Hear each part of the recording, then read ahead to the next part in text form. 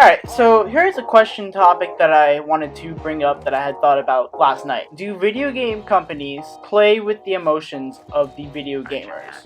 Now, what I mean by this is, for example, let's just say a perk or a certain ability or a certain weapon in a video game such as Call of Duty, Battlefield, Halo, is deemed overpowered or overused by the community.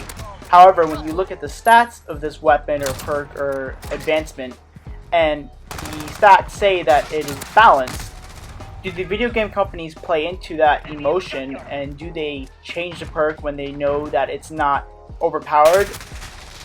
Let's just say like a weapon has like a certain attachment that makes it two-shot kill, and when you look at the stats of it, it's pretty balanced where it has a two-shot kill, but it may have, say, lower fire rate.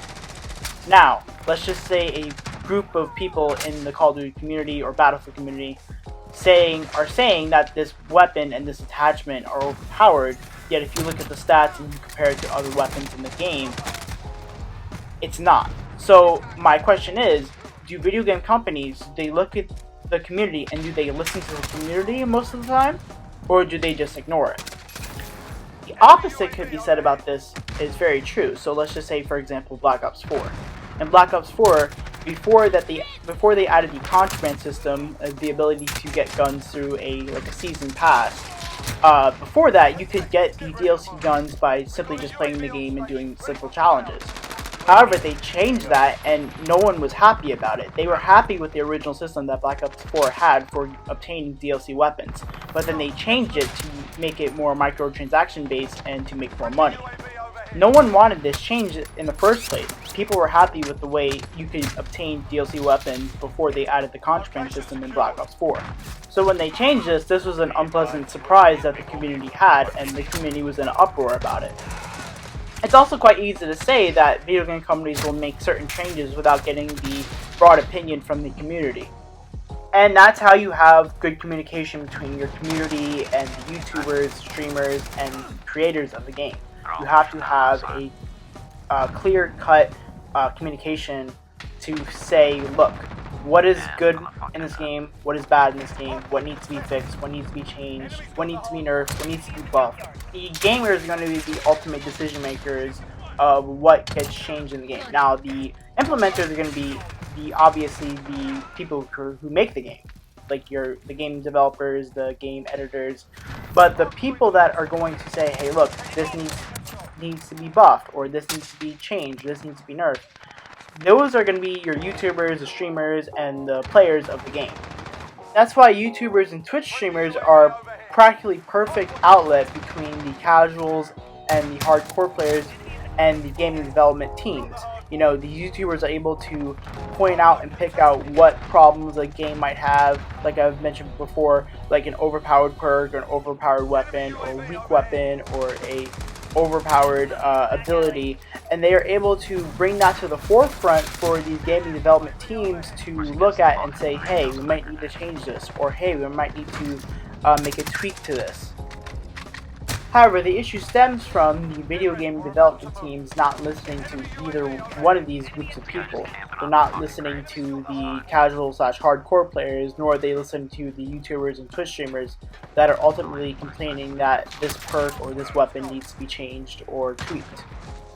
Then when the development team makes a certain change or a certain adjustment to whatever is in the game, the community then gets backlash to the development team for not listening or not paying attention to what the community as a whole are saying.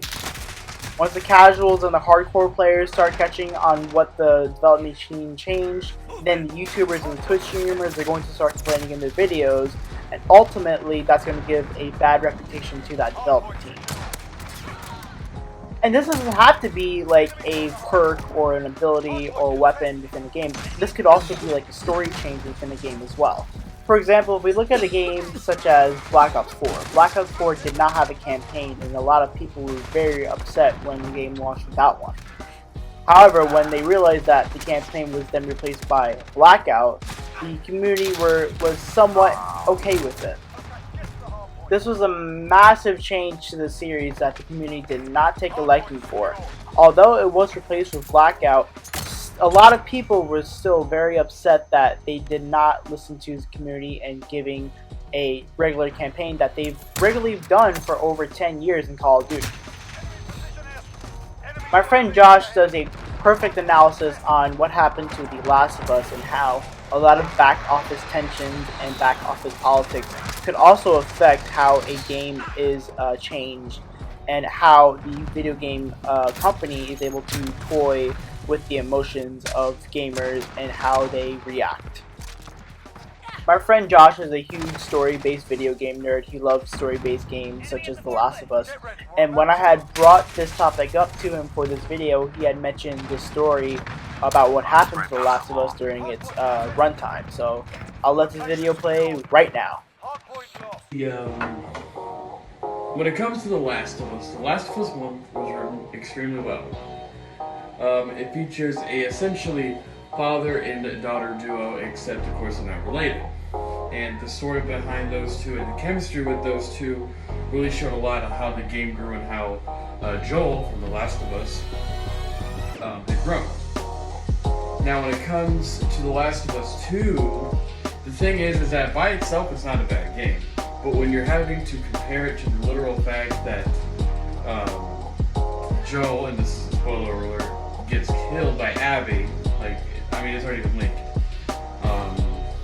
gets killed by Abby, it just really sets off the game. You don't even get to play as Joel in the second game. Like, we wanted to play as Ellie, yes, but the fact that we had to kill off practically a mainstay character from the first game really sets things off. Not only that, Neil Druckmann, supposedly, I haven't been able to verify, had met with Anita Sarkeesian and decided to fire the female lead writer because he did not like where the story was going, and then decided to change everything up and practically change most of the story. He said that he also tried to defend himself, saying that, oh, we wanted the trailers to be different, so we threw players off. That's not what you do.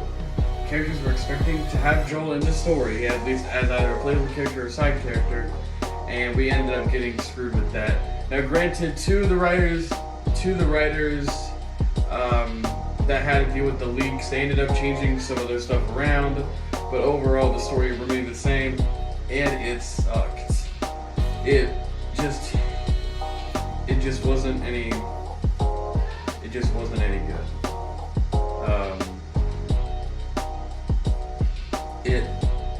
compared to the first game, it's like taking a newborn child and shooting it in the leg, and letting it die.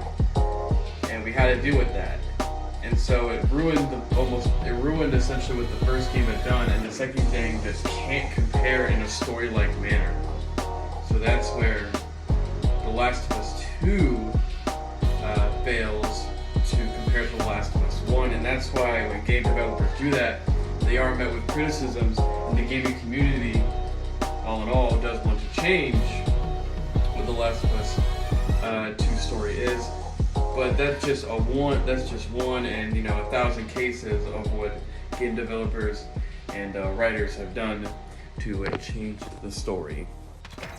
No matter which way you look at it, you are kind of stuck as a video game player and a YouTuber. If you're not privy to any back office politics or policy within a video game company, you're basically just stuck wondering what's going to happen to your game. Fortunately, with the age of the internet, we have the ability to let our minds speak freely about a change that we may not like. So as the video gamers, we have that ability. If we don't enjoy a change that they made to a campaign story or to a weapon or to a perk or to an ability, we have that ability to let our minds speak for ourselves, and we have the ability to let these video game creators know, hey, we don't like this, we want it changed back. Video game communities have the leverage of pressuring these video game creators to roll back a change that we don't necessarily like. As Josh mentioned in the Last of Us example, I guarantee you that community pushed and pressured the creators of The Last of Us to roll back that story change. But even as communities, we can only do so much to pressure these video game companies to roll back changes. At the end of the day, the video game company has to make a profit, and whatever change that they deem necessary to make money on, they're going to go forward with it. look at the art of advertising. The art of advertising is basically just the art of BS, the art of bullshit. And, you know, when you look at an advertisement that says, you know, buy Call of Duty now, get this many COD points, you can buy this many supply drops. You know, they're just doing that to not really toy with your emotions, but to make you have more of an incentive to buy the game.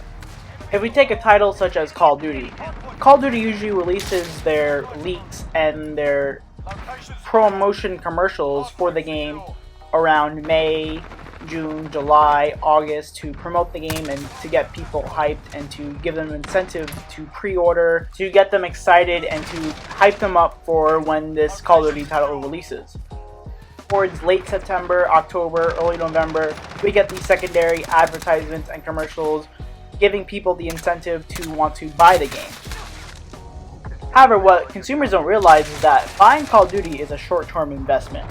You buy the Call of Duty, you're going to play it for 1 year, and then you're probably going to get bored, say around mid to the end of the life cycle, and then you're going to buy a new Call of Duty. Let's say you buy Call of Duty for 10 years for at $60. You're spending $600 on a short-term investment for a period of 10 years. However, the Call of Duty trailers make it seem that you are keeping that product and playing that product for more than 1 or 2 years. And in the trailers, they're going to put, say, characters such as, you know, Captain Price or Sergeant Woods, and they're going to put the gameplay and they're going to put the cinematics in to give the gamers an incentive to buy that Call of Duty. So you can look at this aspect as another way that video game companies use emotion to not necessarily control video game players, but to give them incentives to, say, buy a game. So to wrap up my original question topic for this video, do video game companies play with the emotions of the video gamers? And on a broad scale, I would absolutely say yes. Video game companies play with the emotions of the consumers and the video game players. Video game companies are businesses, and businesses will do anything in their great power to make a consumer buy a product. But then the situation becomes hairy when the video game creators add a certain weapon or certain perk or change something within the game or change the storyline. That's when this situation becomes hairy, because you don't know how the consumer and the video gamers are going to react. And if you don't properly listen to what the video game gamers and the video game streamers are saying that needs to be changed or that needs to be fixed, you could potentially ruin the reputation of your company. So that's it for this video. I just wanted to get this topic discussion out to you guys. I had this thought for the past week and I wanted to embrace it into this video, and I figured why not do it with one of my closest friends who's a big video game nerd like myself. I hope you guys enjoyed this commentary. I had a lot of fun making this video. Out of the videos I've created this month, I believe this is my best one yet, so be sure to give this one a lot of love and support. Be sure to like and comment, and if you haven't already, be sure to subscribe to my channel. I will be making a lot more of these commentaries coming out every week. I'm shooting to post every Friday or Saturday, depending on how my schedule is during the week, so be sure to expect more of these coming soon. Now though, today is July 4th, it's Independence Day, Happy America.